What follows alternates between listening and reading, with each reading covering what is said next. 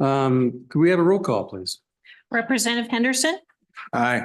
Representative Larson, Here. Representative Sherwood. Here. Representative Stiff, Here. Representative Walters, Here. Representative Swanitzer, Here. Chairman Nicholas. Here. Okay, so I want to give everyone kind of the lay of the land so that you know you can either you can stay here for a while or you can leave until we need you. First, Quentin is calling me. All right. So the first thing we're going to do this morning are 3 referrals, 29, 58, and 67. So those are re-referrals. Then we're going to go to the bills and start with House Bill 144, 169, 186, 75, and then time allowing 96. And I'm not, if we get through all of them, I'd be surprised. The other re-referrals we will not do until this evening, depending on how the rest of the day goes. So just so everyone's here that has an interest in those, just want you to know the lay of the land. We're going to try to get those first 2 re-referrals up first so we can kind of move those along. So, Mr. Chairman, go ahead. do you mind? I apologize. I just wasn't paying close enough attention. Which re-referrals were you contemplating doing right now? 29, 58, and 67. Thank you. So let's pull up House Bill 29 re-referral. We'll do that first. This is cold case database and investigations. Representative Washington. Morning, all. Good morning. Ready? Right.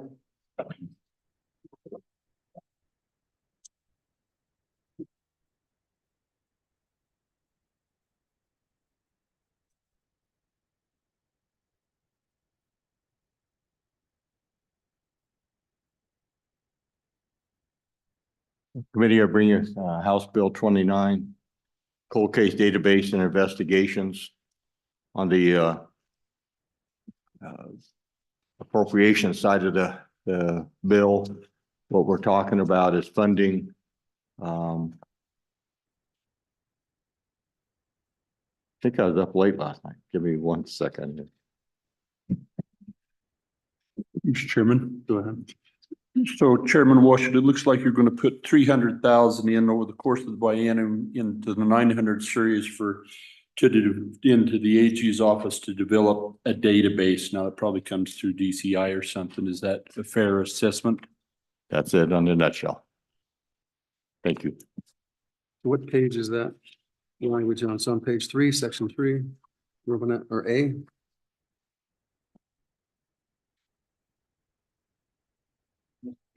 Please.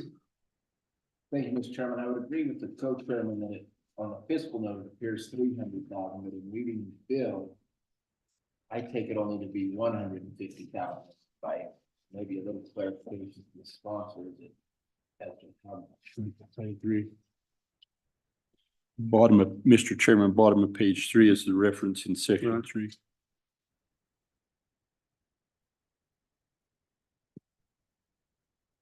Yeah, I think the grand total expenditure is 150,000.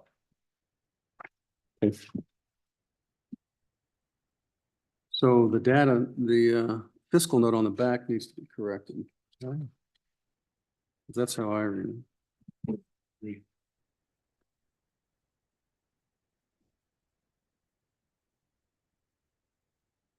Art, why don't you tell us what you want to use it for and what's your plan? The objective here, we heard significant testimony over the interim with regards to the number of cold cases, both in sexual assaults and homicides, and also missing persons that are suspected to possibly be homicides as well. And no one knows how many of those cases there are. There is no centralized database to keep track of those. And so the concern was that as detectives who are familiar with the case retire, that sometimes the cases get lost or forgotten. And so the objective here is to create a database.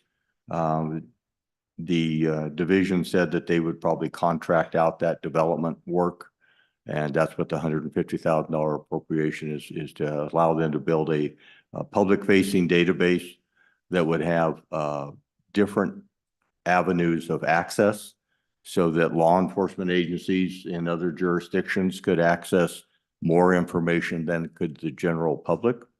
But we also heard about a number of cases across the country where amateur sleuths pick up some of these cases that are on public-facing databases, grab that information and find connections between when, perhaps a body was found in Wyoming and a body was found just across the state line in Nebraska or Colorado. And people put these things together and that sometimes have escaped acknowledgement that there's a connection between the two. And so that's the objective, get the database up and running so that one, we're not dependent upon the lifespan of a particular detective or investigator to remember that the case exists. So, question, how did you come up with 150,000? That was an agency assessment. They looked at their missing persons database and they built much of that internally. But then they are dependent upon a particular public platform that they built that around. And so they looked at what other states had done. And this was the assessment they came up with based upon what other states had spent to develop theirs. Tell me a little bit about how does this there's a real issue with this on the Wind Indian Reservation. How does this, do they do something different there or from federally on how they monitor this type of an issue? I'm not sure I follow your question, Chairman. Well, the missing persons and issues of cold cases, I would think from my personal experience is significant there.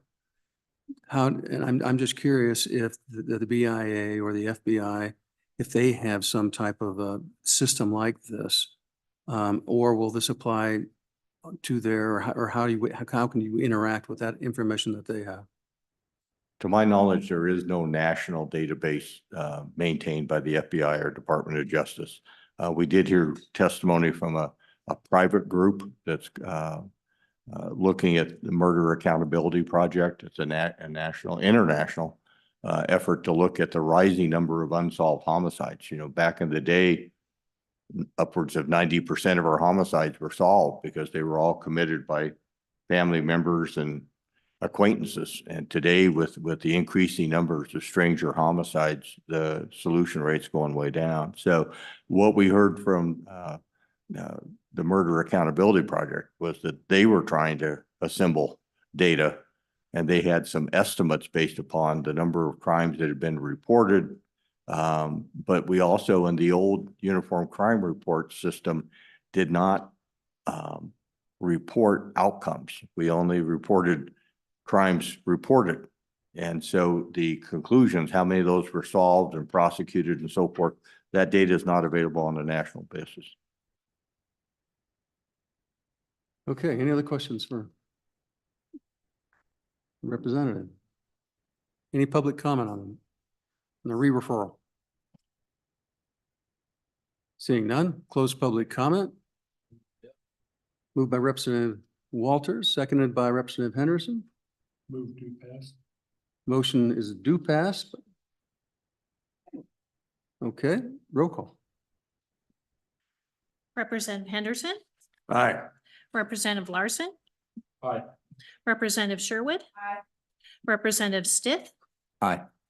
Representative Walters. Aye. Representative Swanitzer, Aye. Chairman Nicholas. Aye. I gotta use my readers because my eyes are still blurry from getting home last night, I think. Okay, next is the Forensic Genetic Genealogy Pilot Program. House Bill 58. Anyone to present on that? Your tribal religions, as Mr. Chairman, I said in message out, Pierce. You want to go ahead and discuss it for us? Mr. Ex-tribal member? Yeah, Mr. Chairman, I think what Tribal Relations is trying to do is trying to set up a forensic genealogical database, particularly as it applies to investigating human remains. And I think this comes on the tail of the work that committee and the governor's office has done for missing and murdered people. If they have a DNA database, and then they have the ability to help identify the human remains, and they appropriate $150,000 to DCI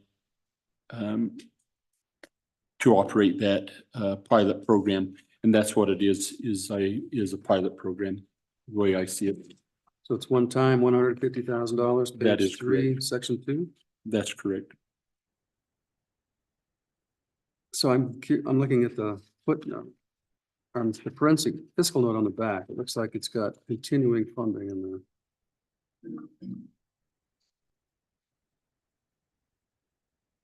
So it looks like it's through the biennium. So that's just spreading the dollars. Yeah. Okay, any public comment on that bill? Any public comment? Seeing none, we'll close public comment. Motion do pass, move Motion to to pass. pass by Representative Larson, seconded by Representative Henderson. Roll call. Representative Henderson, Aye. Representative Larson, Aye. Representative Sherwood. Representative Stith, Aye. Representative Walters. Aye.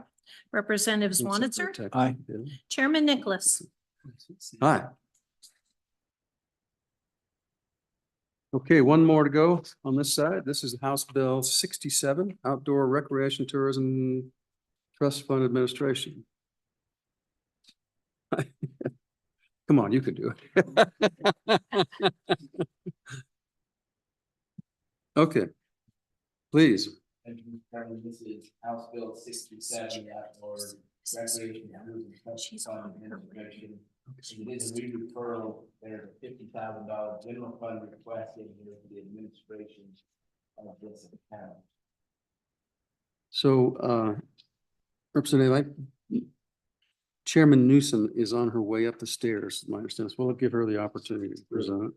Let's take a short break while I go get a cup of coffee.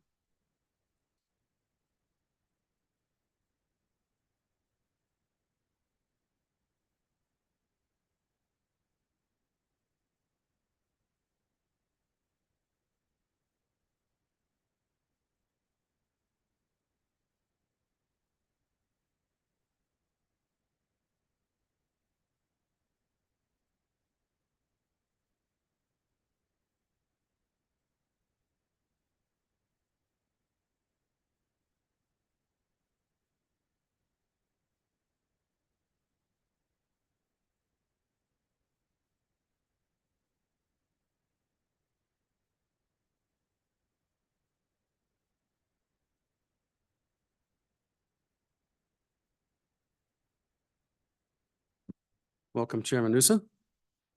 Tell us about your bill. Thank you, and thank you for that good workout coming from the basement up here.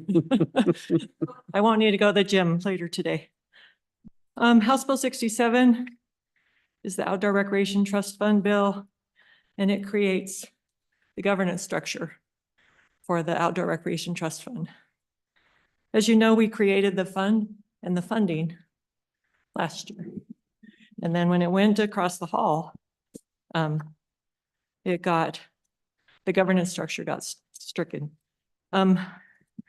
So the bill. if Take you a deep start- breath. You start on page 11 of the bill is kind of the meat of the bill. So we start at the bottom of page 10 and through page 11 with the definitions. And then the Select Committee on Natural Resources Funding will be the oversight committee of the board. The board will consist of 9 members. And those members will come from the judicial districts. And they will, people will be on the board from wildlife, sportsmen, outdoor enthusiasts, not motorized and non-motorized. And it's important that we take into consideration wildlife as we're building trails, because we don't want to negatively impact our wildlife migration corridors, nor do we want to negatively impact the wildlife that have feed grounds in places. The trust fund account's created, and that would be the spending account. So the interest from the corpus of the trust fund would go into the spending account, and that would be the only money that would be allowed to be spent out of the trust fund. So explain to me, Chairman, if this bill does not pass, We have an orphan trust fund, a trust fund that we can't get money out of. So money would continue to go in because there's a continuous appropriation of $6 million a year from tourism. But at this point, we have no way to get that money out. So I'm wondering if there would be value to bring a third reading amendment to have some of the funds distributed as a backup, just in case this doesn't survive the other house. And if you were going to do that, how would you do it? I think what we would do is, it's on page 17. It says that we will, of the 6 million that's appropriated to go into the fund, that we would have 4 million go into the corpus and 2 million go into the spending account. What we might do is have that 2 million go to state parks, because they would be the administrator of the funds at that point. I guess. I mean, I'm just aware of several different locations that would love to have a little bit of money to get going and actually get, if we have some impact on the ground, that will have more of a incentive. Right, and that was the idea of this 4 million going into the corpus and 2 million going into the income account, so we could get money on the ground right away. Because we know there are communities that are very interested in these grant funds. Well, maybe we can discuss that. I think we should. Okay. The other thing that we did in committee, Go ahead. oh, I'm sorry. Vice Chair. Thank you. Chairman Newsom, on page 14 on D, where the expenditures, the board can make expenditures, there's not a limitation. So the board has the full authority to, if I'm seeing this, and that's my question, am I seeing that accurately, that they get to make all expenditures out of the income regardless of the amount? Mr. Chairman, and Mr. Vice Chairman, if you go to page 15 on item E, it says that just like the Natural Resources Wildlife Trust Fund, large projects in this trust fund are considered 200,000, and we would come for legislative approval of anything over 200,000. Thank you. That's what I was looking for. Thank you. Can I continue? Chairman Nicholas? And then walk us through the funding then, please. Through the funding. So $6 million of biennium comes out from tourism. All money's already there because we passed this bill last year. So the money went into the account. In July 1st, another 6 million will go into the account. If this bill passes, 4 million will go into the corpus and 2 million will go into the income account. We had in section 3 an appropriation of $50,000 from the general fund to set up the trust, to set up the board and do all the administrative work to get that board set up. In committee, we changed that to that the 50,000 would come from the fund itself. There was some heartburn from some of our members in the House that they didn't like that money coming from the general fund, and they thought that the trust fund could afford that $50,000 of setup fee. So that's been changed. So on page 16, section 3, line 15, or starting at line 17, the amendment says there is authorized $50,000 from the Outdoor Recreation Trust Fund to the Wyoming Outdoor Recreation Tourism. So all that remains the same. And then as you go on to page 17, the last sentence or the last part of this on line 3 says the remaining, this appropriation shall revert to the trust account. So if that 50,000 isn't spent, it'll remain in the trust income account. And then that last sentence, it is the intent of the legislature that this appropriation not be included. We took all of that language out from starting at it on line 4 to the end of line 8 because it will just stay in the account. So it's not a general fund appropriation with the amendment. Okay, any questions for the chairman? So do you want us to increase this to 8 million? That would be nice, but I don't think there's an appetite for it. We might need to, and then we could take the 2 million and grant it to the America's 250. Okay, any public comment on the re-referral? Any public comment? Seeing none, we'll close public comment. Move the bill to pass. There's a motion, Representative Walters, do pass, seconded by Representative Larson. Any discussion? Roll call. Representative Henderson. Aye. Representative Larson. Representative Sherwood. Aye. Representative Stith. Aye. Representative Walters. Aye. Representative Swanitzer. Aye. Chairman Nicholas. Aye. Thank you to you all, and I will do the second half of my workout for this morning and go back downstairs. Thank you.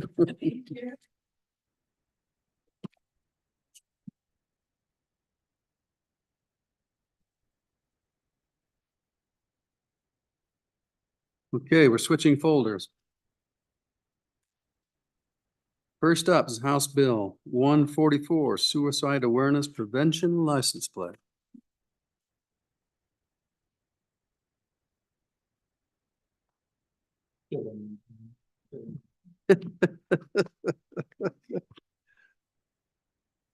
Let me grab this guy here. Mr. Chairman, go ahead. Chairman, thank you. I've got House Bill 144 in front of you guys. This bill was brought to me by a constituent that you'll hear from a little later. I guess I would just ask and defer to what you would like me to do with this. This is a pretty standard boilerplate license plate bill now that we've seen, hundreds of these come through in the past 10 years.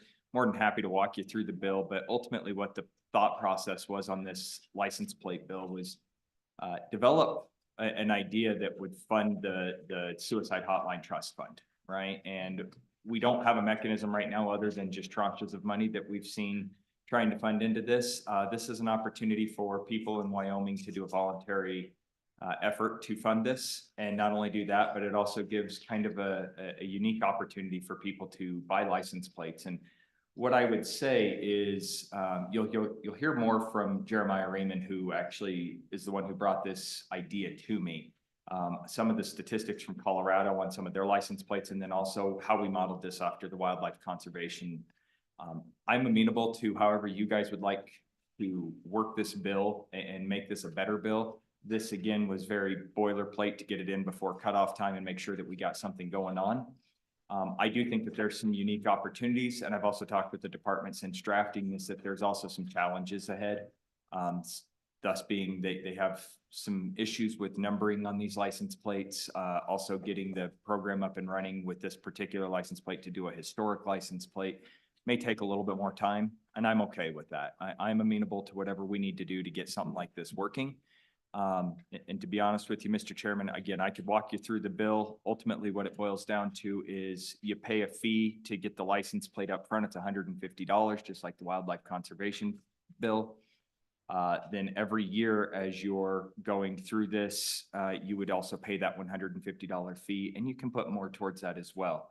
What's interesting is some of the statistics that Mr. Reaman will give you is the information from the wildlife conservation bill, license plate that we've done in the past is actually about 50% of their funds actually come from that additional recurring donation every year when these people re-up their license plates. And they have about a 70%, I believe, higher than a 70% take rate on renewing those license plate every year. So So it this looks is to a good me- opportunity for Wyoming people to do something voluntary. And I think it's a unique opportunity for us to see those older license plates that people like so much. So with that, Mr. Chairman, I'll stand for questions and walk you through the bill at your pleasure. So Chairman, it looks to me like the annual fee, once you pay the original 150 is 50, not. Correct. 50 every year after that. I would like to see that higher. Personally, I talked with Representative Sherwood. As I drafted this was just the boilerplate language that came from the wildlife conservation. I wasn't going to meddle with that. I'm also not going to be in a position where I want to price people out of this, but I do think more people would be inclined to support this program, even with a $150 a year So donation. I'm also curious, is it, this says per person versus per car? So if you have 5 cars, is it just $50? Mr. Chairman, I would defer to the department on that. I believe, again, boilerplate language from the wildlife conservation bill as we brought this over. I did not, I'll be honest with you, I did not go through the super, fine detail drafting process on this. It was drafted 2 days before session started and I got it in. So if there's some language that needs to be changed and adopted, I'm more than happy to do that. So when you say, to be honest with you, are you implying there are times you're not honest with us?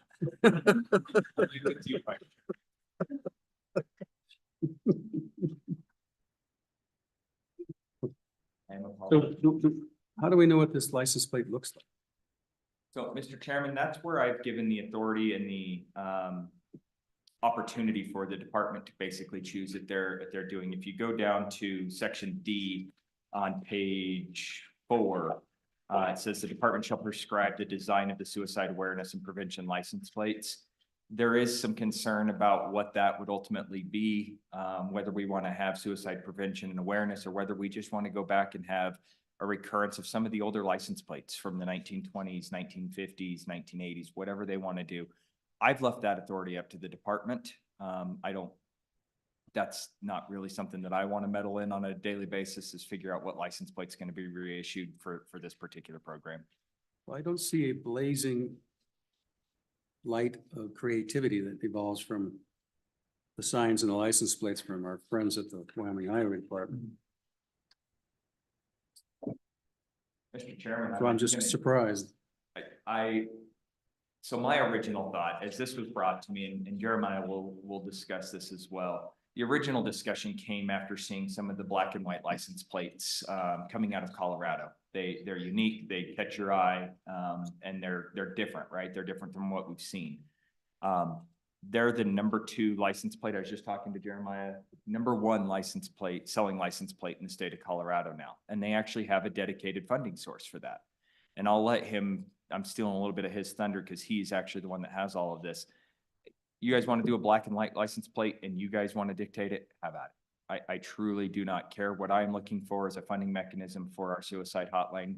So if we put in a provision that says the draft of the license plate will be approved by Appropriations Committee, you'd be okay with that? Sure, it wouldn't surprise me, Mr. Chairman.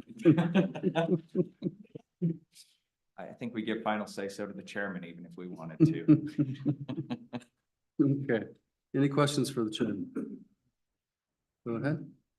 Thank you, Mr. Chairman. On page 4, section F, I see you say that unless 500 sets of these are issued prior to 2033. Is that what we've done for wildlife conservation? Others have said. I think we might have done 1,000. We did 1,000. And that was, so this was drafted after the original language that the wildlife conservation from Stan Blake did, which started at 500, but I am wholeheartedly behind 1,000 plates. I think more than 1,000 plates would sell without question. So could we have our University of Wyoming license plate on the front and then a 988 on the back? So I'll defer to the department on that one. That's a little above my pay grade on this one, Mr. Chairman. Okay, further questions?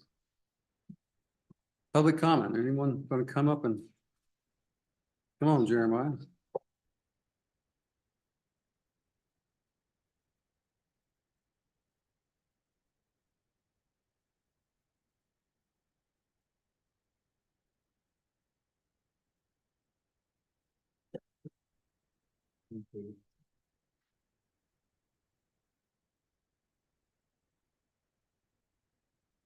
Go ahead. Good morning, Mr. Chairman. Taylor Rossetti, Support Services Administrator for YDOT. I have with me today Mrs. Debbie Lopez, who administers the program that issues the license plates.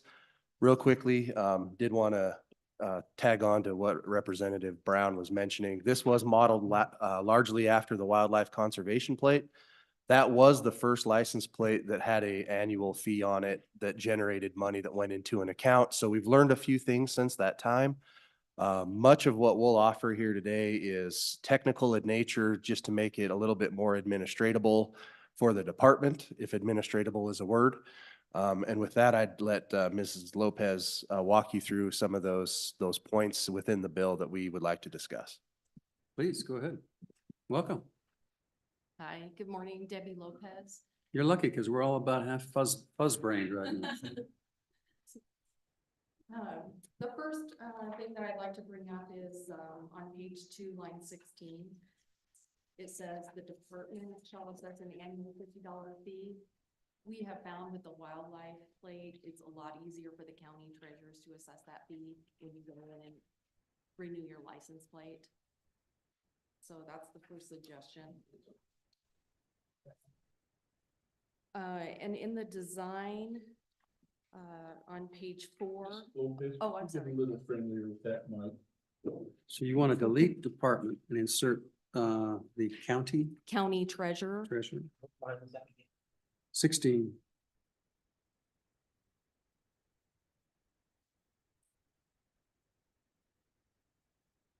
All right, go ahead.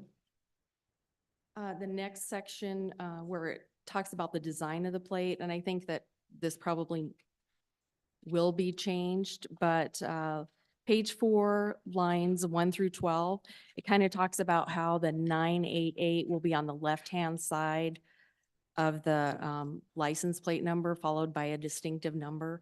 Currently, our computer program is from the 80s, and it's set up to have 2 spaces for the county, 1 space for the plate type, 1 space for the number. And I asked our programmer if she thought that it would work to put the 988 in the county 2 space and the vehicle designator. And she said that she thinks there would be some unintended consequences. We are getting off of that system in about a year. And so once we're on a new system, we'll be able to accommodate the 988 followed by a plate number. So is it your preference that we don't issue license plates until the new system is up and running? Our preference, yes, that is.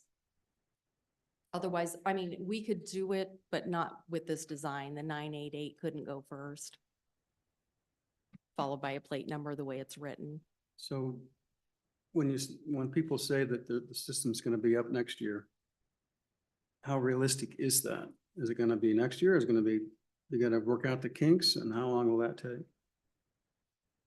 Mr. Chairman, the goal is a year. Because we're moving off the mainframe onto a temporary Apex type of system. I mean, I believe that that is reasonable.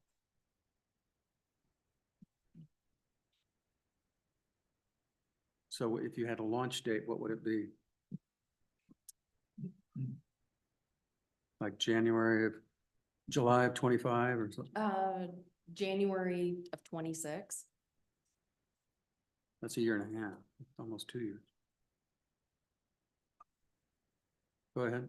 If I may, Mr. Chairman. So I think if you see on page 7, section 3, just talks about the license plates being issued starting January 1 of 2025.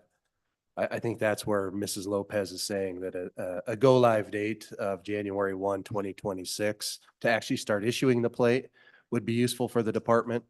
I do think in section 4 there, that effective date of July 1 is great because that would allow us to start working with the partners on the design. That would allow us to get the computer system into place and give us probably about a 6-month window to allow us to be ready to issue that plate starting January of 2026. That's kind of the rationale for Mrs. Lopez year delay. Go ahead. Thank you, Mr. Chairman. You redo all license plates every 7 years, if I'm not mistaken. Is that right? Reissue all license plate, is it every 7 years is the question?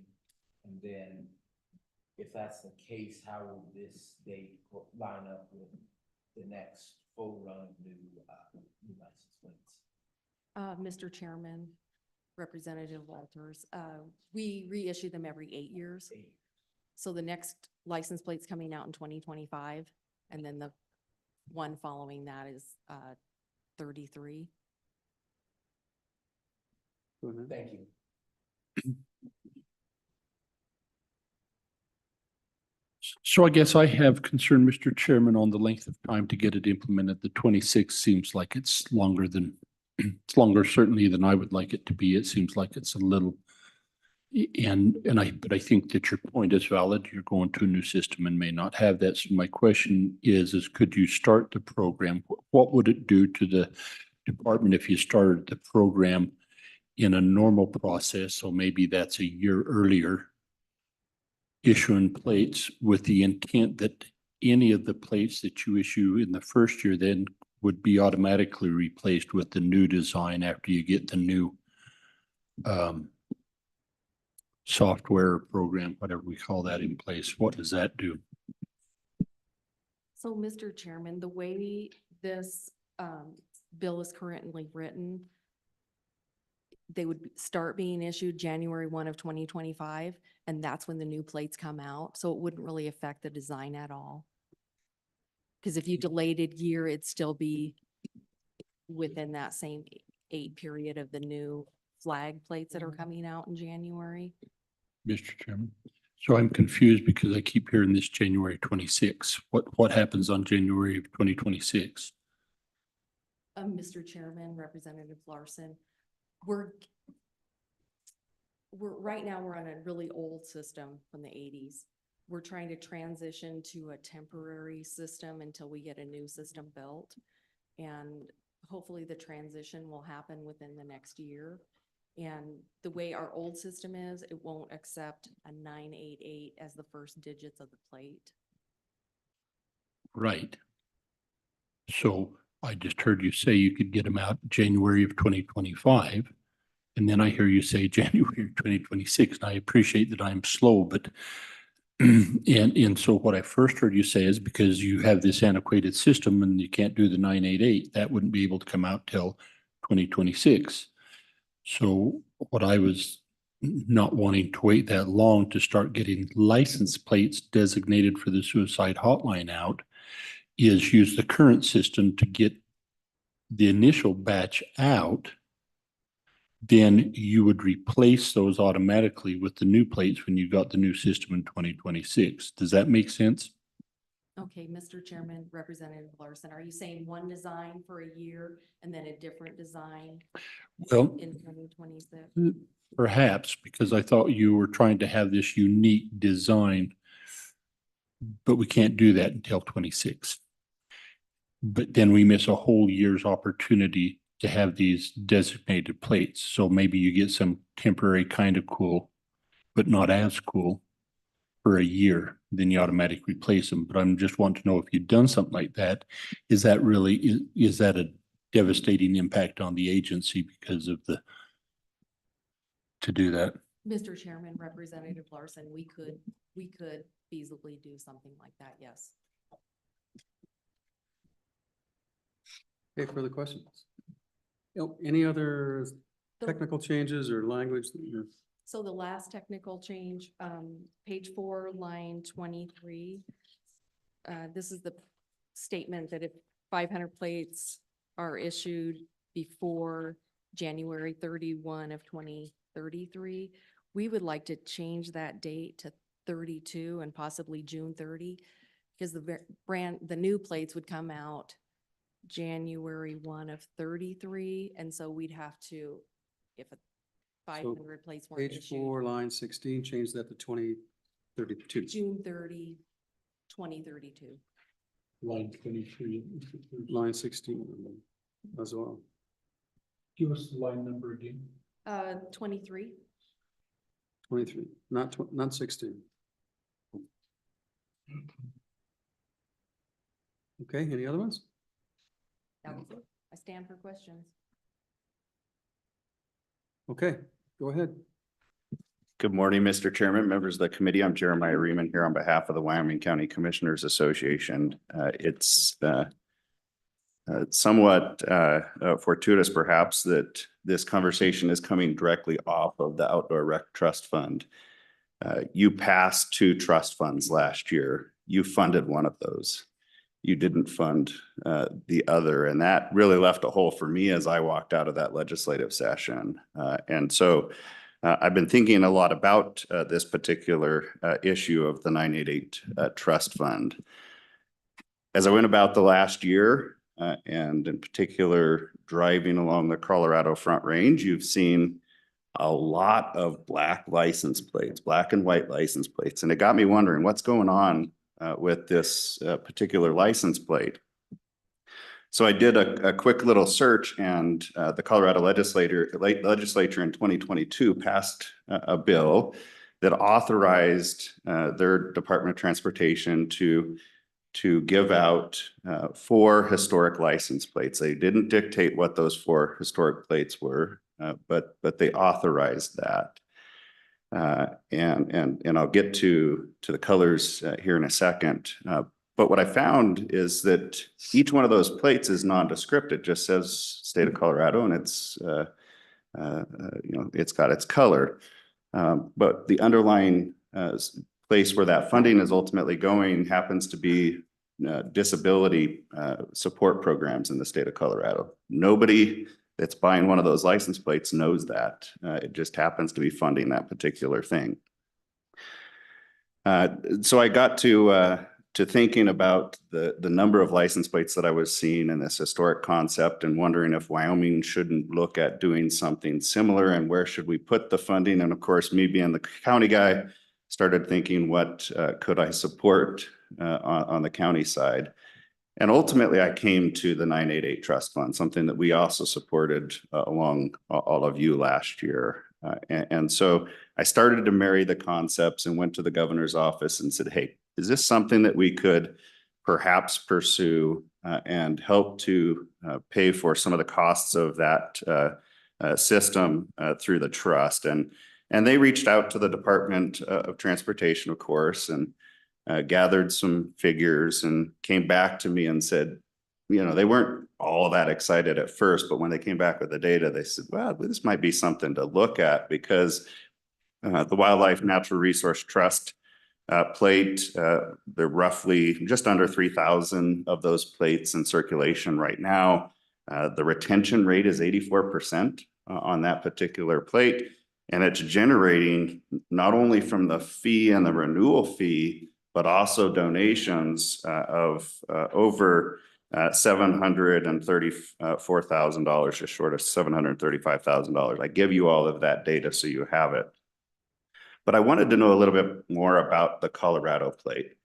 And be mindful, they just started offering these 4 plates in January of last year. In the first 8 months of offering those plates, the green, blue, and red plates have about 5,000 people that have taken those up. So not a considerable amount against the plates that they offer in the state of Colorado. But they have 3.9 million plates in circulation. In the first 8 months, that black and white license plate has more subscriptions than any other plate in the state of Colorado. They're now at 97,000 of those plates in circulation, as compared to 79,000 for their Respect Life Columbine design. Now, Go ahead. thing, Mr. Trump. Apologize for the interruption. No, you're fine. A short time ago, you said that the purchaser of these license plates does not know where the proceeds are going. So are they just buying them because they find them cool and unique, not because they're supporting the cause? Yeah, Mr. Chairman, that's what the data seems to suggest, that it's sort of a vanity approach. They want to have that black and white go along with their particular vehicle. And that's driven sales through the roof on that particular plate. Again, that's in 8 months, they've eclipsed their highest plate, which has been in circulation for decades. So it was pretty interesting. Now, by comparison, roughly 36,000 wildlife plates are sold in the state of Colorado, which is their third highest plate currently. So the data led me to believe that if we went towards a historic plate, we could drive sales here. Mr. Chairman, the department has brought up some good things. Quite frankly, I'm perfectly fine stripping the 988 suicide prevention from the plate and just directing the department to pick a historical plate, obviously working with people in this space, but pick a historic plate with the intent of trying to go towards their vanity. There are going to be those that are going to support the cause because they want to see their funding go in that. And there are going to be others that are going to support it simply because they want that license plate. And that's fine, as long as it's funding the trust, which is ultimately my intent. Mr. Chairman, the other thing that I heard from the governor's office relative to this concept that was a concern for the department is everybody loves the low license plate. You want to go in and get number one.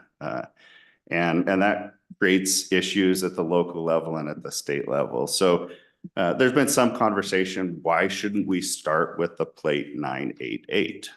That would be the lowest plate number that you could offer in the series. I'll leave that to your determination about whether that's the most appropriate way to go.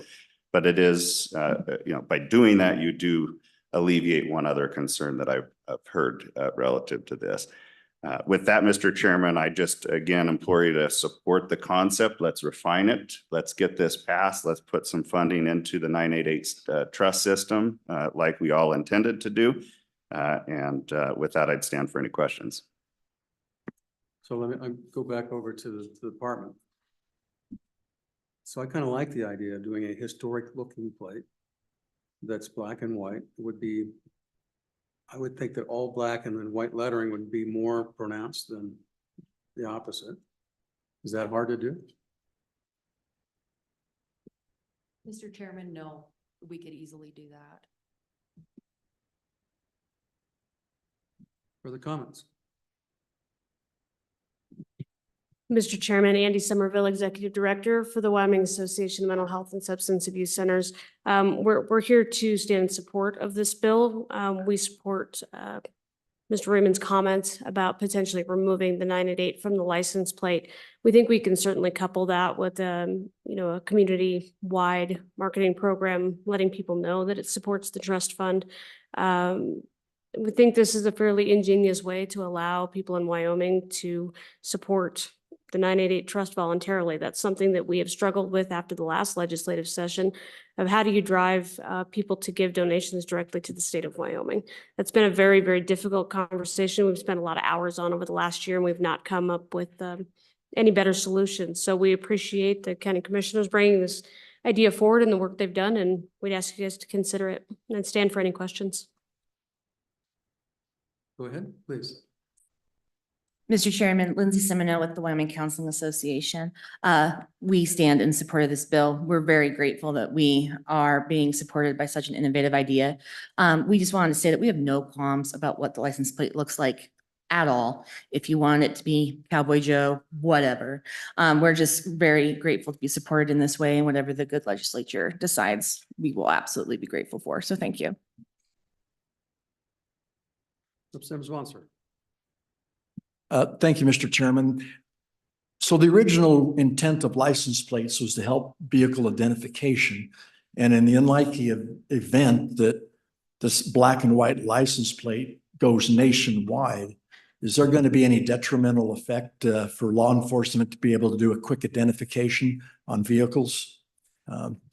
Several years ago, one of the things that we heard with all the different license plates that keep coming up, or the highway patrol have complications. And then, of course, what we really ran into is when we started doing license plate and then slapping one on a car and then one on a pickup, and they forgot to distinguish. And so we had duplicate license plates. So anybody address that in the audience? Mr. Chairman, Representative Zwanitzer, that is a concern. That does touch on what Mr. Raymond said about the numbering scheme. It also touches on what Mrs. Lopez was saying about the difficulty of pushing that information into the nationwide databases. Our system is programmed to push that information in a very certain way. As we lift to this interim step, that was what Mrs. Lopez was talking about. So the design and the way that the numbering schema is created will help alleviate some of that concern, Representative Zwanitzer. But it does speak to why it's not as simple as just slapping that piece of metal on the car and putting a number on it. So there's a little bit more that has to go into that consideration. But we do believe that by working through this design and this discussion here, we can come up with something to where if you happen to have this license plate on your car and somebody with a similar plate just robbed the bank, we would hope that would be readily decided roadside so that you're not actually taken to jail because those numbers are similar. So we do believe we can work through this process and make sure that the public is not harmed by that numbering scheme. Okay, any other public comment? Any other public comment?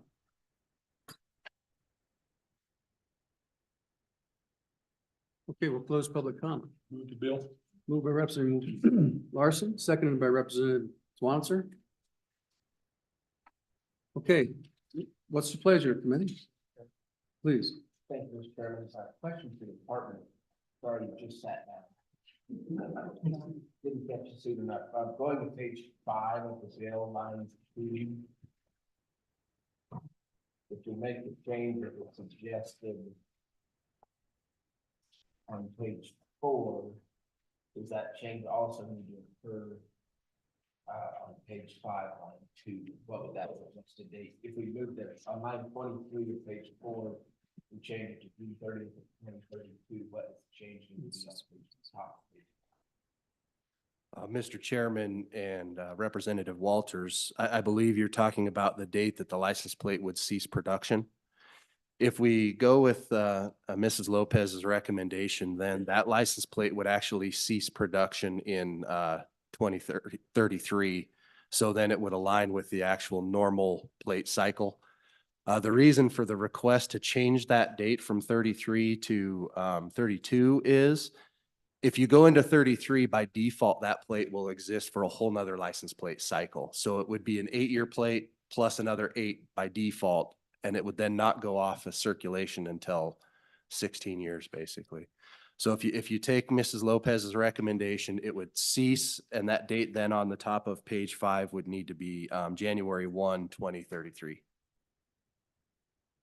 Sorry for not catching that.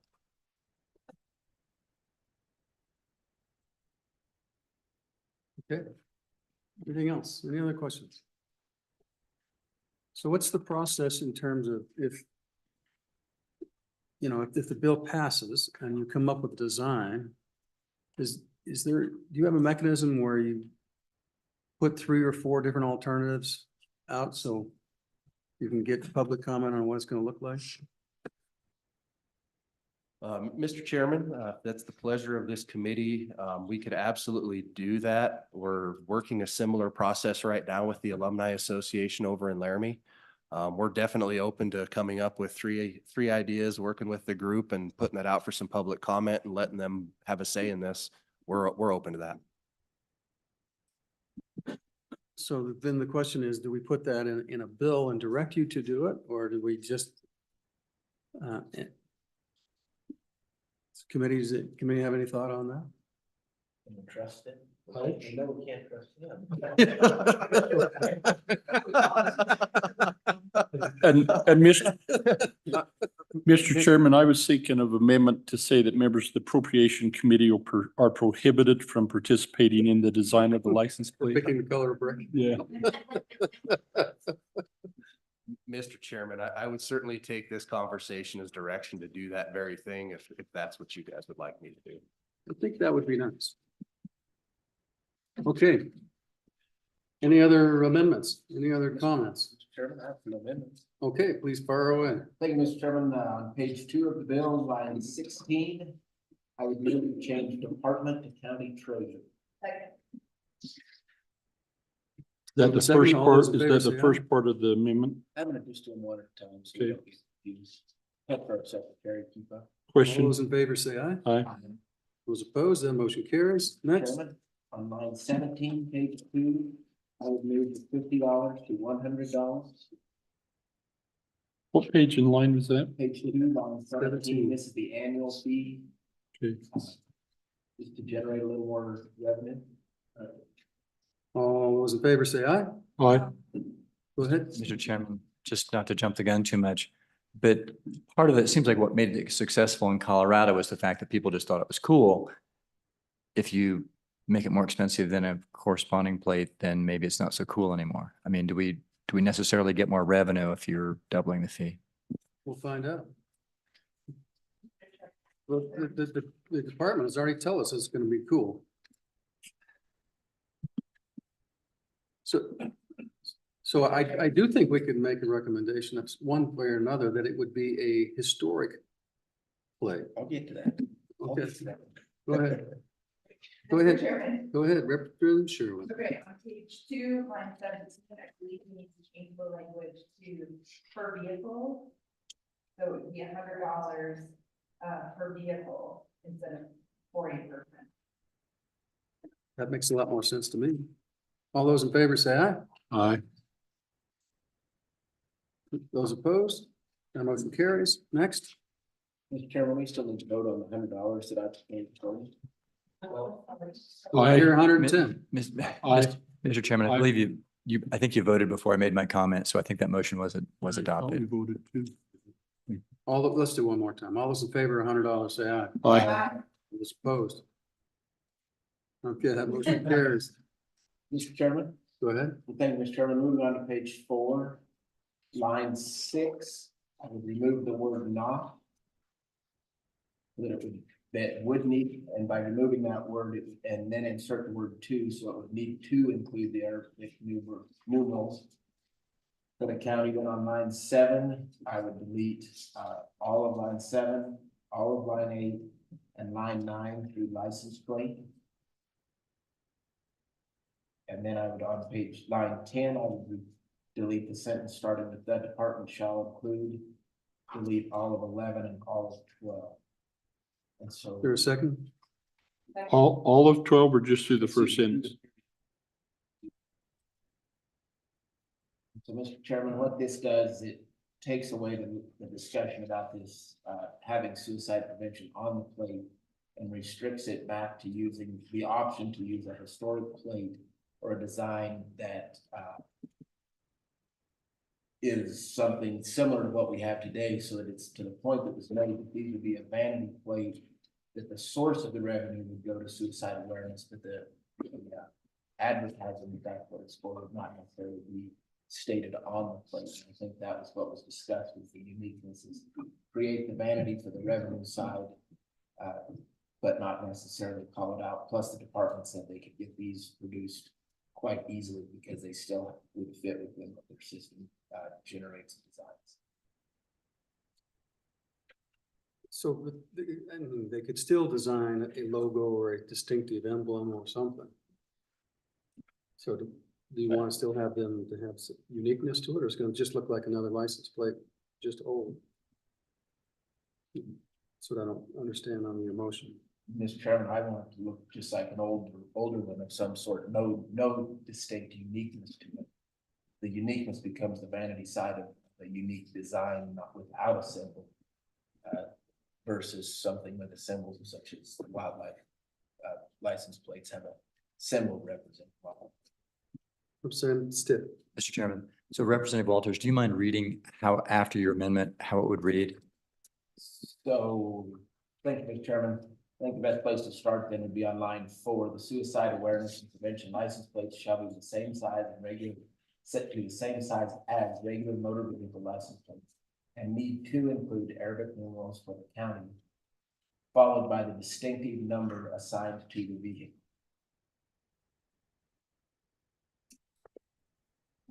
Okay, everyone understand the motion? It might be a little easier for your computer, at least the first round. Question? All those in favor of the amendment say aye. Aye. Those opposed? That motion carries. Mr. Chairman. Thank you, Mr. Chairman. On page 4, line 22, I'd like to increase the number of plates that are needed to be issued before the date, which I'll adjust in a moment, that I would like to increase that from 500 to 3,000. We have an 8-year period to accomplish this, and if you look at what wildlife did, they're already doing that in about 5 years. And so I think we need to have a sizable number to make it worth the department's time to do this. At this point, it's not about the issue. This is about making sure that if there's a commitment to these, it needs to be a sizable enough commitment to justify it. So would it be a friendly amendment to make it 2,000? I can average All right, 2,000 a year. all those in favor say aye. Aye. All those opposed? So on the, I think it might be important that there's a distinctive color to the license plate. Do we want to address that? Because if it looks just exactly the same color as the current ones, it's not going to be a vanity plate.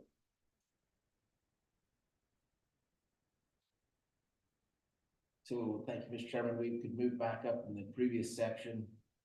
And then the lines 10 through 12 that were deleted, could insert some language in there that said the department shall include a distinctive color.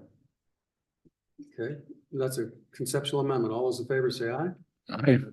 Those opposed? That motion carries. Mr. Chairman, Go ahead. I would move on line 23, page 4. The date of December 31st be changed to June 30th, 2032. And then on page 5, line number 2, the date be changed to January 1st, 2033. Everyone understand the amendment? All those in favor say aye. Aye. Those opposed? That motion carries. Anything on page 7? So as we just reconstructed it, then that January 1, 2025 could probably work. Is that okay? Mr. Chairman, we'll make that work. Okay. Any other amendments? Go ahead. No? Any other comments? Please. Would you mind going back over the very low numbers on the license plates? You said that you wanted to start with the number 98, but I just want to make sure I understand why we're not doing 1, 2, and 3, just the philosophy of it for a possible amendment coming down the road. Mr. Chairman, Representative Wanitzer, I believe that was Jeremiah's recommendation. I'd let him speak to that. There's only going to be one 988. So. Mr. Chairman, members of the committee, the concept started from my conversations with the governor's office and their conversations with the department out of concern that, people rush to get those low plate numbers, the 1 through 500 essentially. And so in that conversation with the governor's office, we just said, well, why not just start with the 988 plate number to try and alleviate that? That's really up to your discretion. So I don't think that would work because people are still going to rush for the low numbers. Mr. Chairman, certainly somebody's going to rush for that 988 plate number. You're going to have to get up to it. Right. It was just us trying to solve a problem that we had heard as an issue. But if it's not a problem for the department, I don't want to make a mountain out of a molehill. Okay. We have a motion on the bill as amended. Question on the bill. Question on the bill. Roll call. Roll call. Representative Henderson, Aye. Representative Larson, Aye. Representative Sherwood, Aye. Representative Stith, Aye. Representative Walters, Aye. Representative Wanitzer, Aye. Chairman Nicholas. Aye. Okay, next. 169 is up.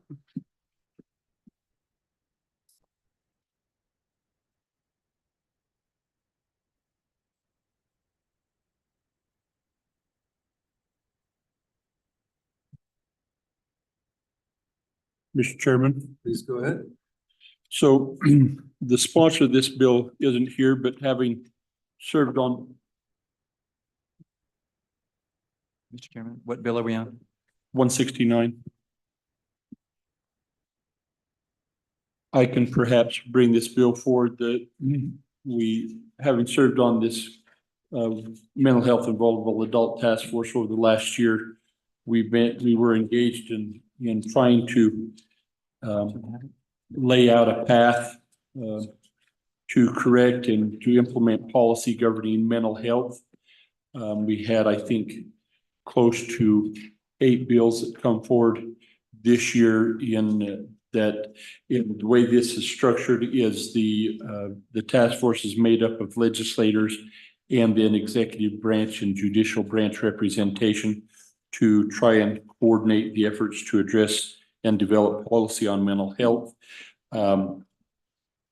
It takes a long time to get the policy developed.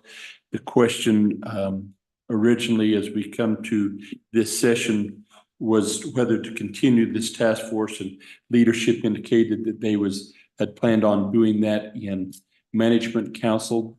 Then there seemed to be some pushback within management council that should be legislated, not developed by management council. So hence we have this bill in front of us to continue this task force for the next biennium. So the purpose is to only continue for a biennium. Correct.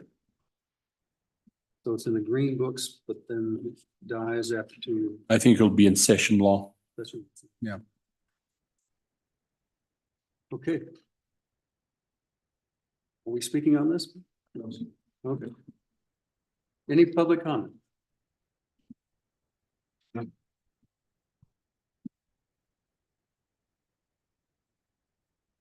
Mr. Chairman, thank you. Andy Somerville, Executive Director for WAMSAC. Just a request to consider continuing the task force. There's been a lot of incredibly good work that has come out of it in the last few years, and it is a lot of work and it's a lot of hours, but between programs, pilot programs running up in different counties, behavioral health redesign, things with Department of Family Services. I don't know that we would have gotten nearly this far without the task force and all the people that it brings together. So I would ask for the committee to consider to support continuing it. Thank you. Okay. Go ahead. Mr. Chairman, Committee, I'm Tom Laycock with AARP Wyoming. Once again, we're throwing our support behind this particular bill as well. We followed the task force from meeting to meeting, largely with an eye on sort of acting as the consumer representation. So that older adults who may be impacted by some of the legislation that came through. I'll say this task force really did a nice job digging down through a bevy of issues. And we'd like that to continue through at least the next year, not only for the vulnerable adult side, but you may or may not be aware that the highest suicide rates in the state are among males age 60 and over. There's a particular spike over age 75 and up. So this really kind of hits 2 focus areas for us, and we appreciate the work that the task force done. Thank you. Okay, appreciate it. Any other public comment? What's the pleasure? Second. Okay, any amendments? Do we want to walk through the bill, or are you good with it? Seeing none? Question on the bill, roll call. Representative Henderson, Aye. Representative Larson. Aye. Representative Sherwood, Aye. Representative Stiff, Aye. Representative Walters, Representative Swanitzer, Aye. Chairman Nicholas. Aye. Okay, next is the 988 hotline appropriation, House Bill 186. Mr. Chairman, members of the committee, it's good to see you again this morning. With that being said, let's move on to House Bill 0186, as noted earlier. As you're well aware, this is a momentum and movement that's been, I hope, coming to fruition shortly. Specifically, we're asking more importantly for appropriation of $40 million from the general fund to the 988 suicide trust fund account that's created by the appropriate statute. Based on that, I think it's apparent within the fiscal notes that this project yields, as noted in paragraph 2, the $40 million will help yield the support necessary through interest and thus other avenues to support the 988 suicide prevention hotline. As I mentioned earlier, my testimony is really a 988 lifeline. I just want to share with you, I think the most recent developments of the 988 suicide lifeline. The establishment in 2020, at that point, had limited hours, and that value was placed around 250,000. As we know that with ARPA, that helped us immensely, as well as state funds around 400,000. You may recall of last year in our legislative session that we actually tried again to fund this at 46 million. Unfortunately, that movement failed. We did have an amendment that brought it down to 8 million. That amendment failed. And fortunately, to some degree, we were able to get the funding passed as a trust fund with zero money established. We do know that those funds are coming to an end. I think it's critical, and more importantly, it's vital to our citizens, our students, and our communities that we actually fund this suicide prevention hotline, which has been unbelievably demonstrable in preventing the loss of life as we know it today. So as we've talked about this, the success, more importantly, the data has reflected that based on the initiation of the 988 suicide lifeline, we have went from number 1 to number 3. Now, while 1 year doesn't make a trend, the positives are apparent. And I think you'll hear testimony as well that reinforces that this is a critical movement that will continue to resonate with our citizens in every community, our friends and our families. So I stand by for any questions. Mr. Chairman. Mr. Go Chairman, ahead. Representative Conrad, I've just got a question about the current cost of the 988 hotline, how it's functioning, if it's run out of one location or if we have 2 locations. Chairman Nicholas, thank you. Representative Stith, actually, there's 2 call centers in the state of Wyoming that are operating 24/7. The cost right now, and I think I shared with you earlier prior to talking about cost, there has thus been around 15,000 calls, over 15,000 calls answered in those centers since August of 22. So specifically to your question as it relates to cost, it costs approximately $1 million a year to run those 2 call centers, my apologies. But with the influx, more importantly, the positive or to some degree sadness that more people are calling it more than ever, we see those numbers escalating. And I would foresee in the future that there may be additional costs. But as we speak today, it's $1 million a year. So, Mr. Chairman, so follow up. Representative Conrad, so if we have $40 million in the fund, if it throws off 5% in income a year, that's $2 million. So that'd be $2 million a year. Do we need $40 million? Would some lower number be sufficient to run the call centers? Mr. Chairman, Representative, the values that I use are obviously included on the fiscal note as it talks about yields 3.29, 3.38, and 3.39, or yes, in that respective area for permanent funds. And you can see the various values for the state agency pool funds.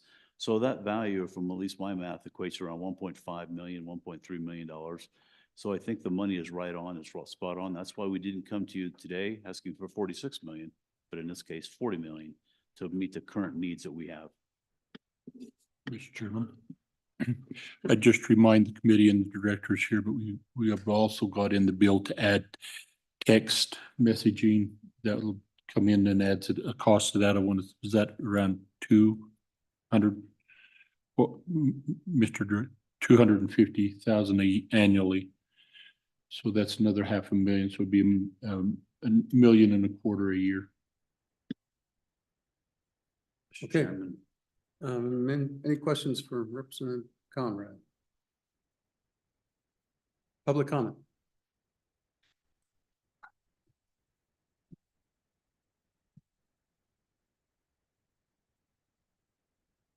Mr. Chairman, members of the committee, Andy Somerville, Executive Director with WAMSAC. Just want to obviously stand in strong support of this bill and add a few things to the testimony that's already been given. So a few things of note, since the call centers have gone 24/7, those 2 call centers are splitting that shift. So from 2 p.m. to 2 a.m., It is handled by the center in Natrona County, and then the other 12 hours is handled by the center in Graybull.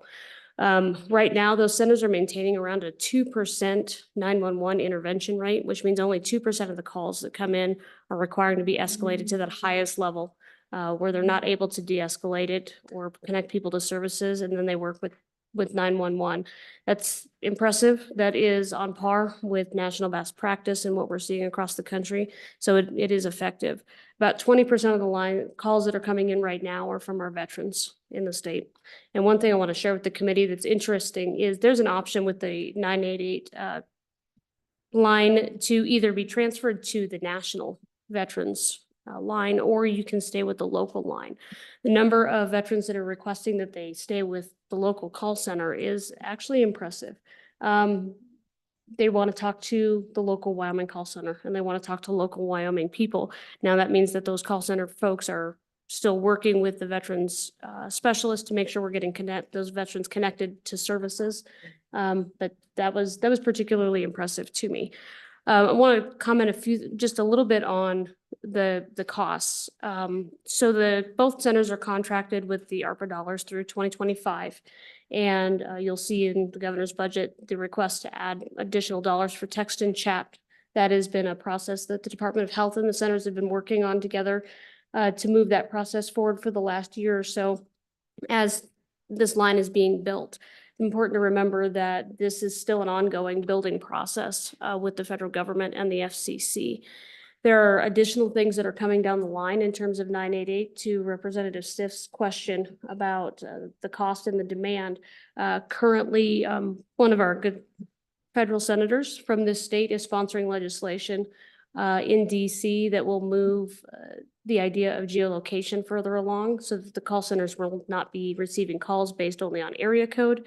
They will actually be getting geographically routed, which is what we would all like to see. We know that not everybody changes their cell phone number when they move to a new state.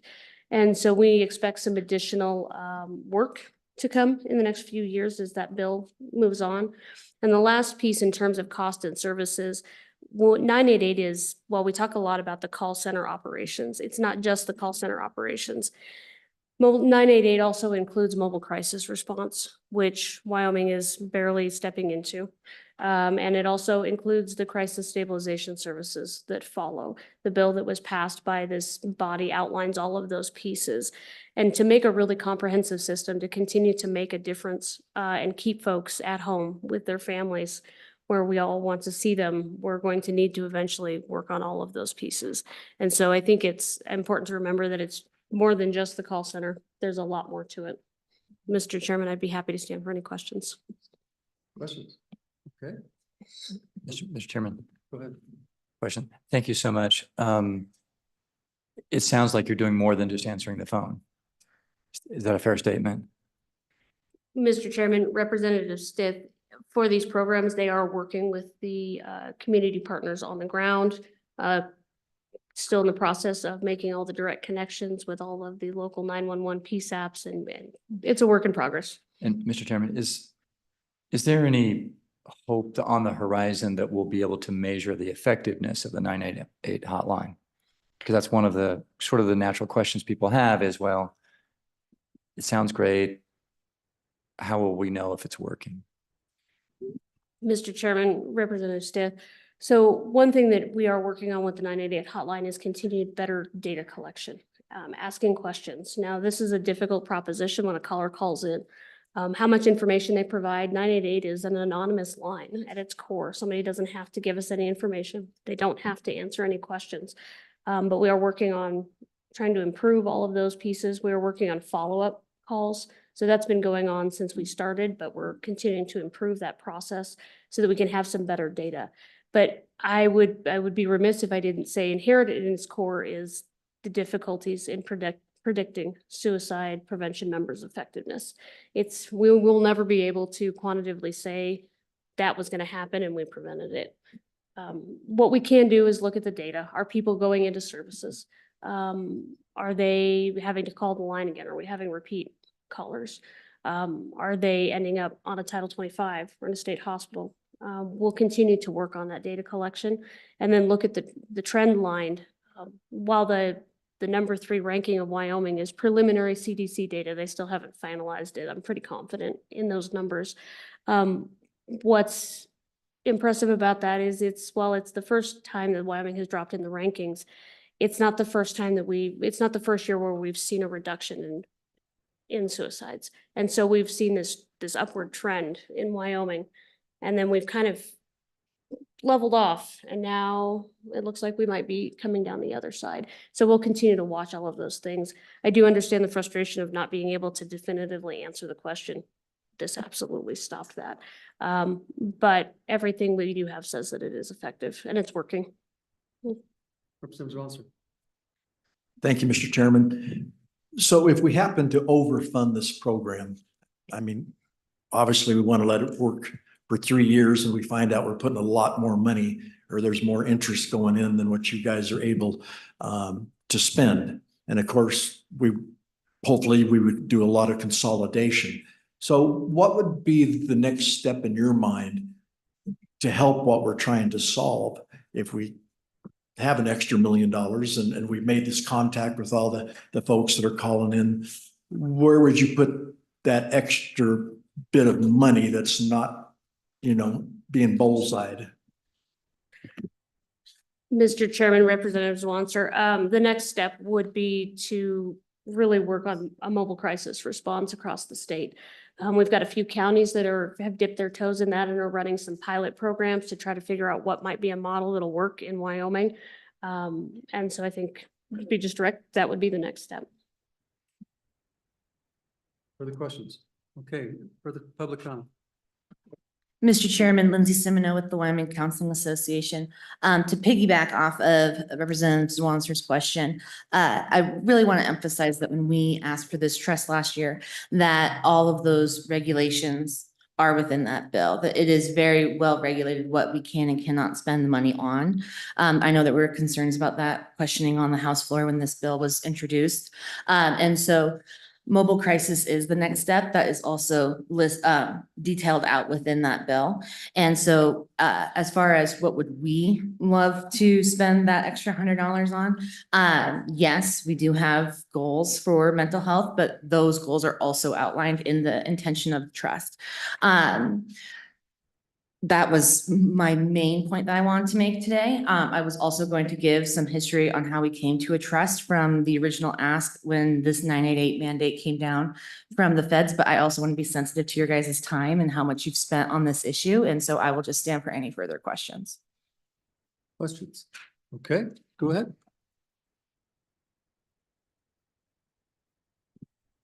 Thank you, Mr. Chairman, members of the committee. Good morning. My name is Pat Joyce. I'm the Assistant Director of the Wyoming Mining Association. We don't get involved as far as the technical aspects and the experience that these ladies have shared with you this morning, but we are not immune from this devastating life event. And with over 26,000 employees that we have between mining and our associates, our Mining Associates, Wyoming Supply and Service Companies, we find that we have not been immune to this, not within our members, not within their families. And so we support this to the event that our safety committee within the Wyoming Mining Association has recently elected to establish a subcommittee within our association to deal with suicide awareness and prevention. And we have also invited 2 other industries to come in and join arms with us. We'll be starting here probably in the next month. Relatively, there's more 2 associations within the agricultural community. And of course, they know they're not immune as well, but those are 2 of the larger industries within our state. So we support this bill. We support the work that you all have done on it from last year, and I'm glad to see that you're looking at it seriously this year.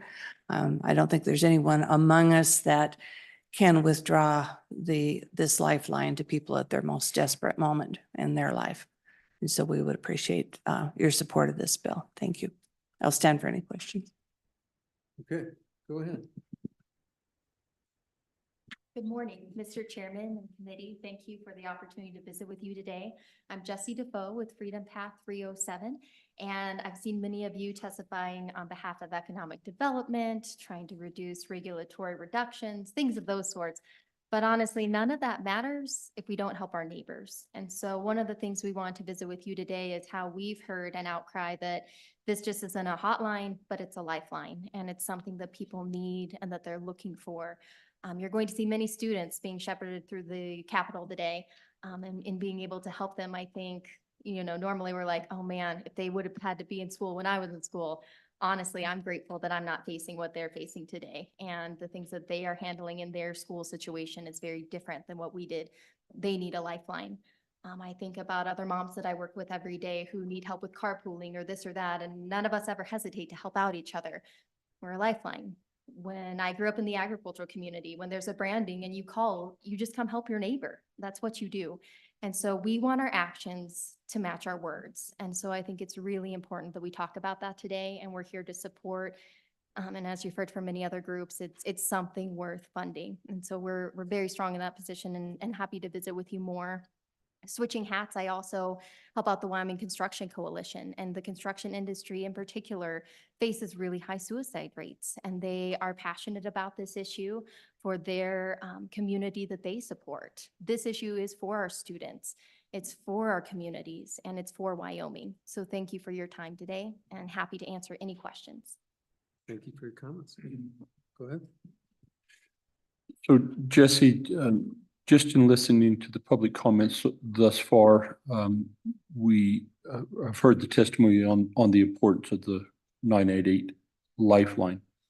We're talking about a trust account, not the 988 lifeline, and we kind of use that synonymously.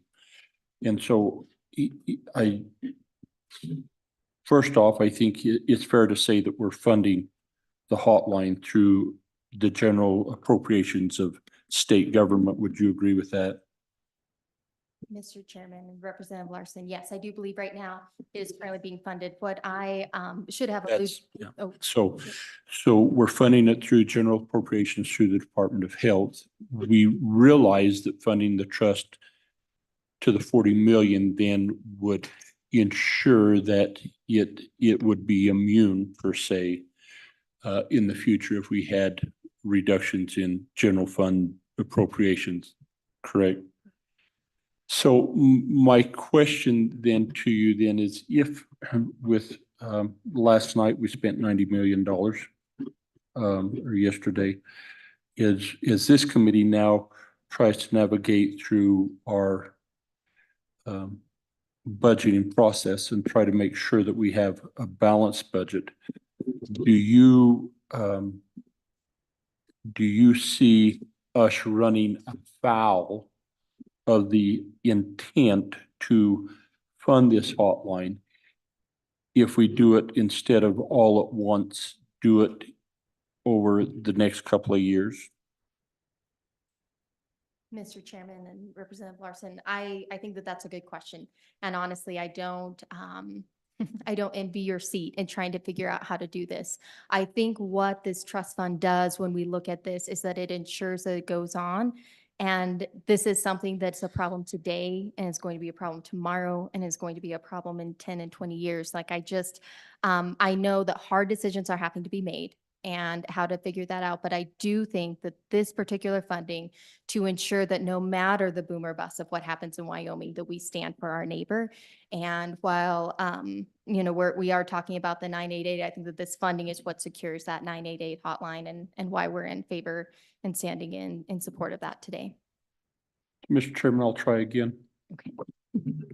Are we running afoul of the intent of this, or are we committing a gross breach of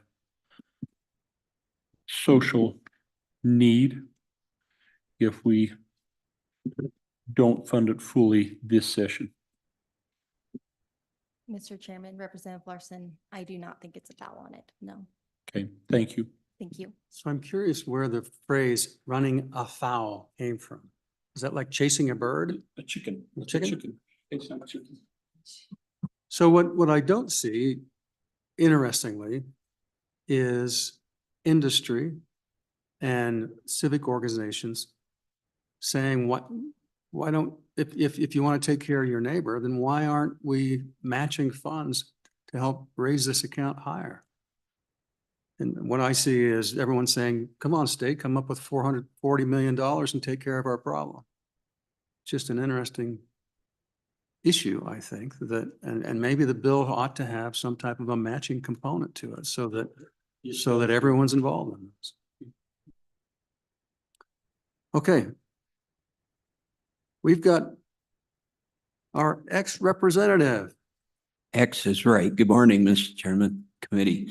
Pat Sweeney from Casper, that's in the center. Good of to the see you, state. Pat. Good to see you. Thanks for your great work on this particular bill and last night. So great question, Vice Chairman Larson, on, you know, are we running afoul? My answer to that, it was great disappointment last year when we had so many additional funds not being able to fund the trust account. In my mind, properly, on the match, I just don't really see. It was said last year on the floor, the churches will take care of this. The churches can't take care of this. It's not possible or probable. I take a different view on how to fund this, put less in savings. I know that's not, but you're necessarily popular situation, but you are putting that 40 million into savings in actuality. And, you know, to the question of data, will there ever be enough data to satisfy the other side, the opponents of this? My belief is no.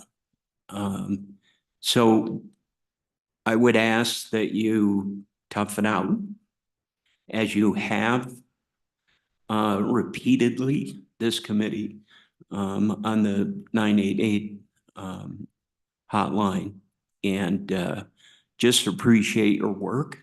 And I believe that now's the time to do the 40, put less away in savings. That, again, not going to be popular, but that's the direction I would ask for. So thank you for your time.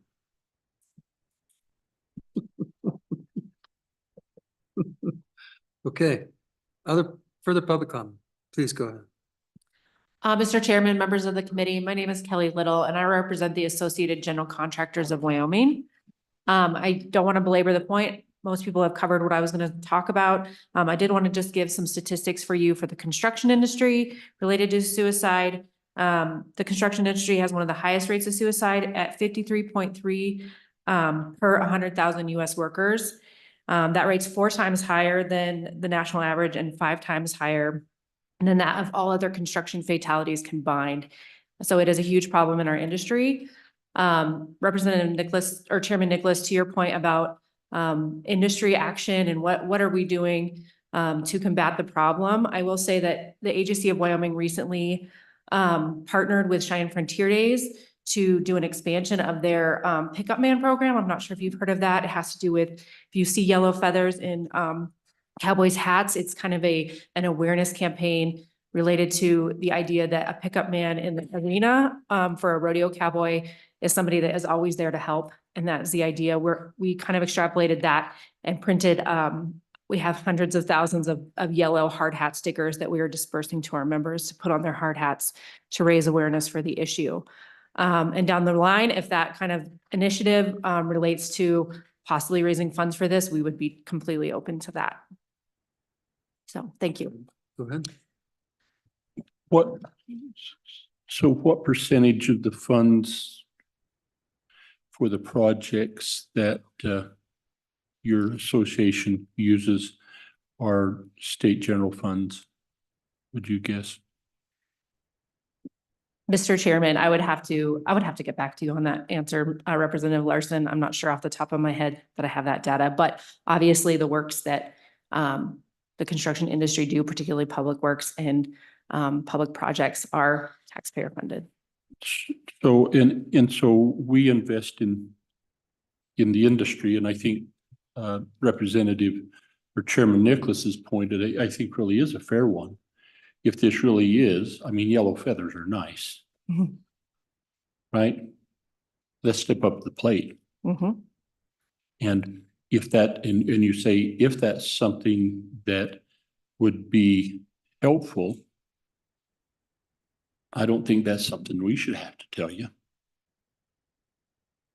And I believe that there is a provision. I think we made that provision when we created the trust, that it could accept private donations.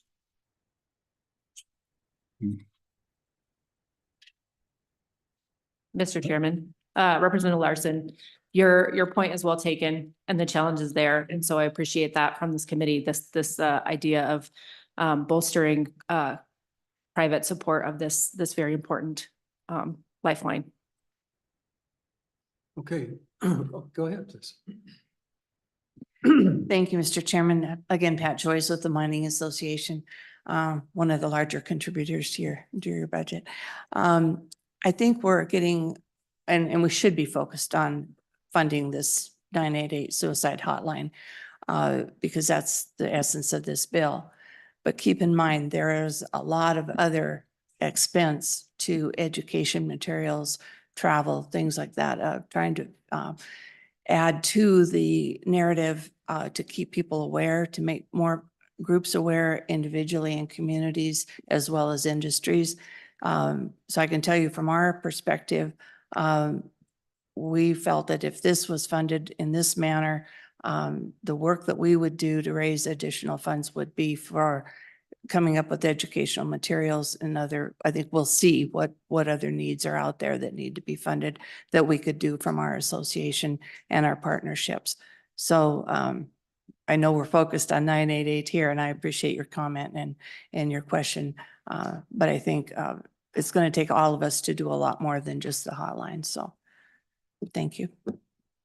Okay, we're gonna wrap it up. Go ahead. Mr. Chairman, thank you. I do think that your question is a fair one as far as, is this the job of the government to fund this 40 million chunk? To give you a quick history of how we got here, the federal government, when they enacted 988 and it was presented to us, really wanted my colleague and I to ask for a fee on every phone line.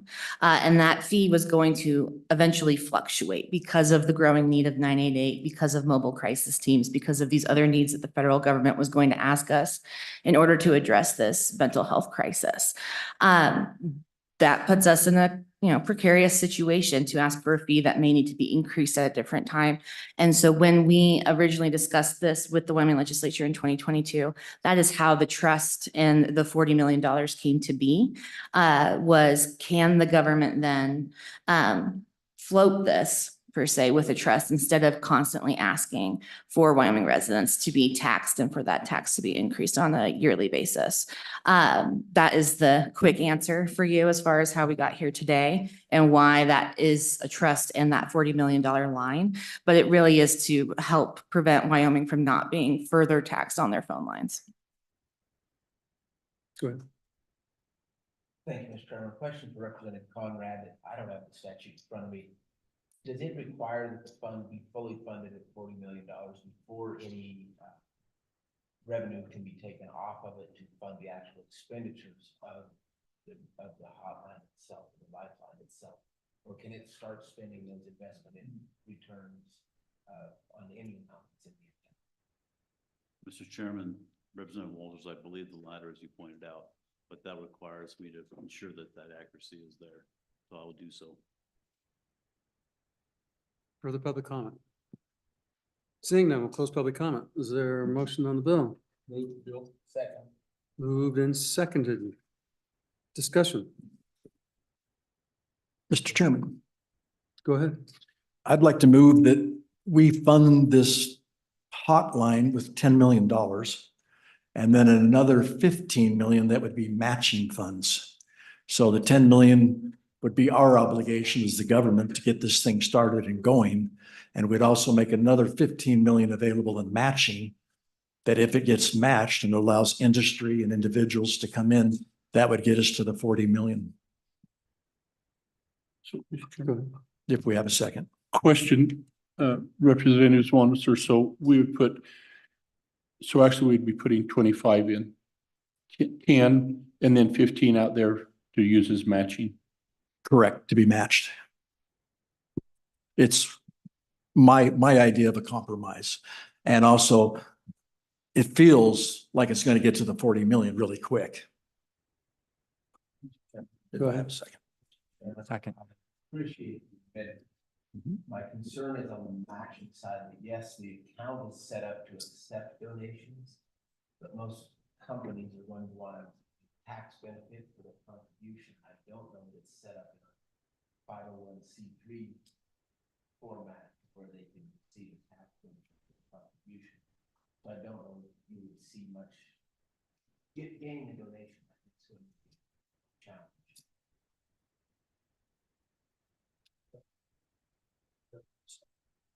Mr. Chairman, I would divide them and put 10 million in would be Division 1, Division 2 would be 15 million match. That's what we're taking. I would say. As amended? So, Mr. Chairman, on the first half, the 10 million is direct into the fund. I think that's appropriate. We've set up several trust funds over the last multiple years here in the legislature. And to my memory, we haven't fully funded any of them on year 1 or year 2. We've spent time filling those and growing that corpus over time. So I think this is a great first step of moving towards the goal of avoiding just knowing the history of never swing for the fences on the first try. We do it incrementally. It's great. And then Go ahead. General funds, or is it coming from favor versions from health, is it coming from TIP, from Chairman, the answer to that is general fund straight. So we got, you want to speak on the amendment to the amendment? Okay. So are we still on the First Amendment, the 10 million? Yeah, correct. We're on the first side of the amendment. Question on the amendment? All those in favor of the amendment to the amendment for 10 million into the general fund, into the trust, say aye. Aye. Those opposed? No. That motion passes. Any other motion? What's the Mr. second? Chairman. Mr. Chairman, so now then I think it's the second piece, which is 15 million. It would go into the corpus based upon receiving matching dollars. And I'll go back to my initial statement on that, and that is because of the way it's structured. While yes, it is structured to accept donations, I think donations are going to be a real struggle just because there's no the social advantage is there, but corporations also want to see a financial advantage to be able to make those kind of contributions. And so I think the match is going to be a struggle. So I think I'd be a no on the second 15 million. Just throw it with general fund appropriations. That's Mr. Chairman. Go ahead. So question for Representative Walters, is there a structure that you could change either in the bill or in statute to make it so that corporations could get a tax advantage?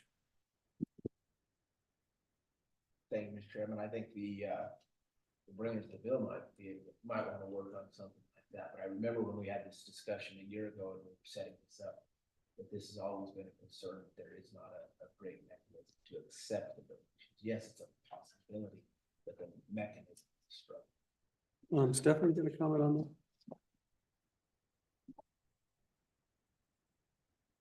Good morning, Mr. Chairman, members of the committee, Stephen Johansson with the Wyoming Department of Health. To address Representative Walters' question, he's correct. Right now, per legislation from last year, we have put out a function out there to solicit private donations to 988. It's on our website. You can fill out a form, indicate that you'd like to donate, et cetera. To date, we've received $0 in private donations, and I think it's largely due to not having the tax benefit of a donation there, as well as we'll own this, potentially awareness promotion that's available out there. We do indicate when folks reach out of how to donate to the Lifeline that they're certainly welcome to donate to either of the two call center operators, both whom operate as nonprofits, where there would presumably be that tax advantage. The problem is we wouldn't, we can ask our two providers, how much have you received in donations and get that information, but there's not a mechanism for us currently to see what those donations have been and potentially, use it to offset what would be funding for the operations of the Lifeline. So I'm not sure what the appropriate mechanism would be, through the trust fund or otherwise, but certainly something I think we could work out, requiring potentially reporting from the call centers on the donations they've received specifically for Lifeline operations, because keep in mind, both providers have other sides of their business that they provide an array of services. So as you know, local nonprofits can receive donations, do fundraising, but often those donations go into the general coffer. So I think there would have to be some mechanism if it's the intent of the legislature to, have private donation funds or matching funds to be able to discern from those call center operators or from the department, what were those donations and how has it affected the availability of funding? Mr. Chairman, not a great answer to this discussion, but happy to stand for any questions. Mr. Chairman, and I don't, this is a question to whomever might ask it, because we're looking for a mechanism that we can then provide the tax advantage of the matching fund. My question is could we put the $15 million in the corpus, let it be working there, and then provide the tax advantage as we get the match from others? Does anybody know the answer to that? And I think we would have to set up a structure and have, it'd be similar like University of Wyoming Endowment, where you can contribute and then you get the tax relief. So the question is, we could ask, we could put in the bill, we could set up that endowment, or we could set it up separately and pass the bill out with the current amount of dollars and work it to that end. So we can do it either way. Okay, ready? Any other amendments? Question on the second half. And that is to fund 15 million for a match. all those in favor say aye. Aye. Those opposed? No. No. My motion fails. Oop, division. All those in favor? Those opposed?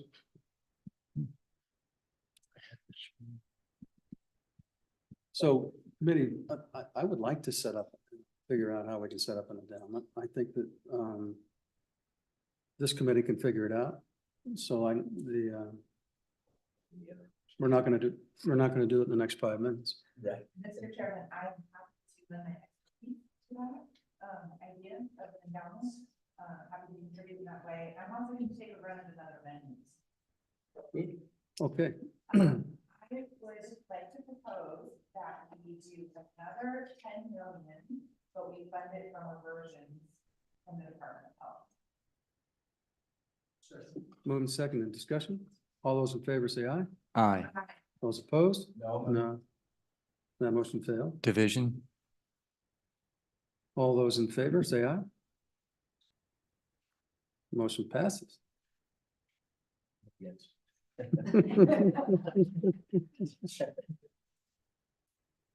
Okay, So, Mr. Chairman, so just so I understand it, but you need to prioritize your, by the way, we need to clarify which dollars. Let's go back to discussion on it so we understand. You clarify the motion. So, Mr. Chairman, we have in the budget, the department's required to set a priority on the reversions, which we've established so far.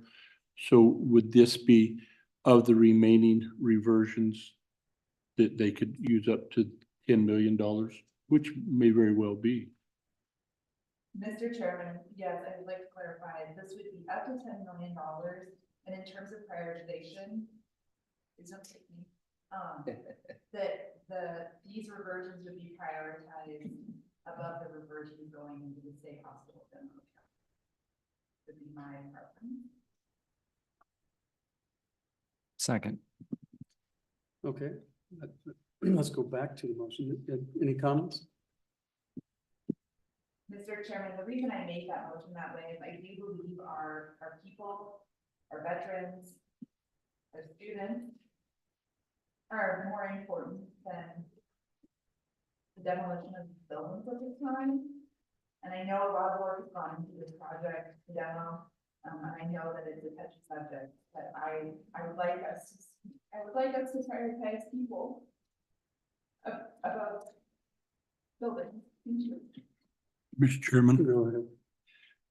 So $168 million for the building of 2 facilities and another facility for the veterans isn't prioritizing people.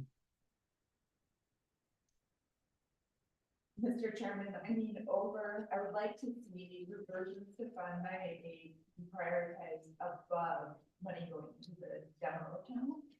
I think it's equally important to fund our employees at the state hospital, those veteran services, Title 25.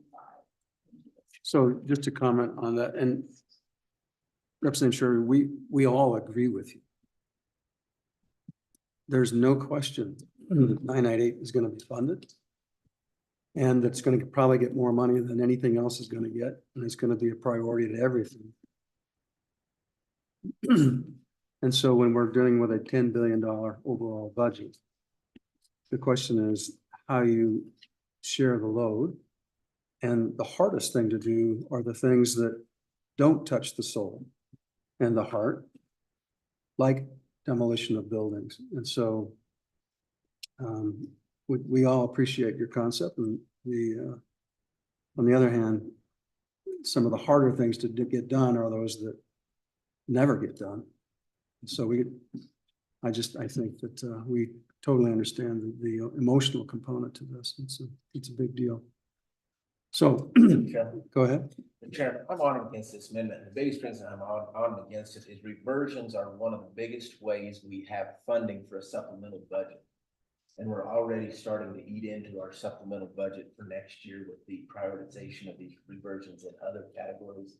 And the more we continue to do that, the less and less we'll be able to do in any other component of our state budget or within this agency even, as we continue to utilize these reversions, because that is one of our largest, unless Craig is way off, that's our second, reversions are our second largest funding stream for a supplemental budget. And so if there are needs within the agency year that arise, and we have prioritized all these, it's going to be a real struggle because those reversions have already been spent.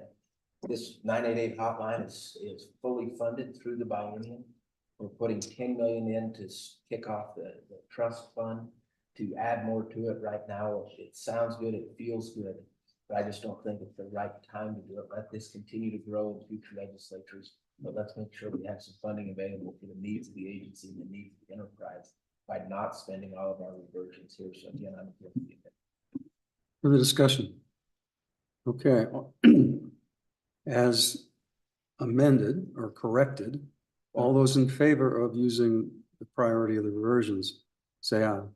Aye. Those opposed? No. No. That motion fails.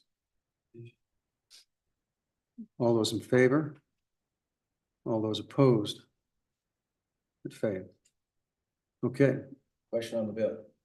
So I do have a question. Can we change the title? It says 988 hotline appropriation. Can we change that? I don't think so. No. Let's just do it anyway.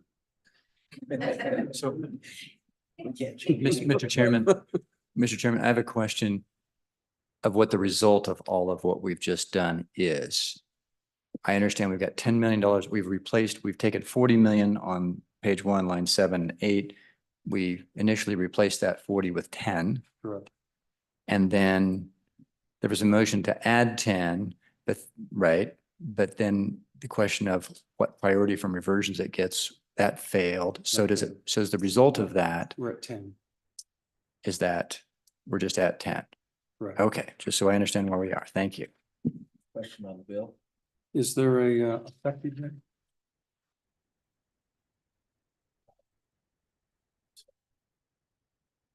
Okay. We have the money now.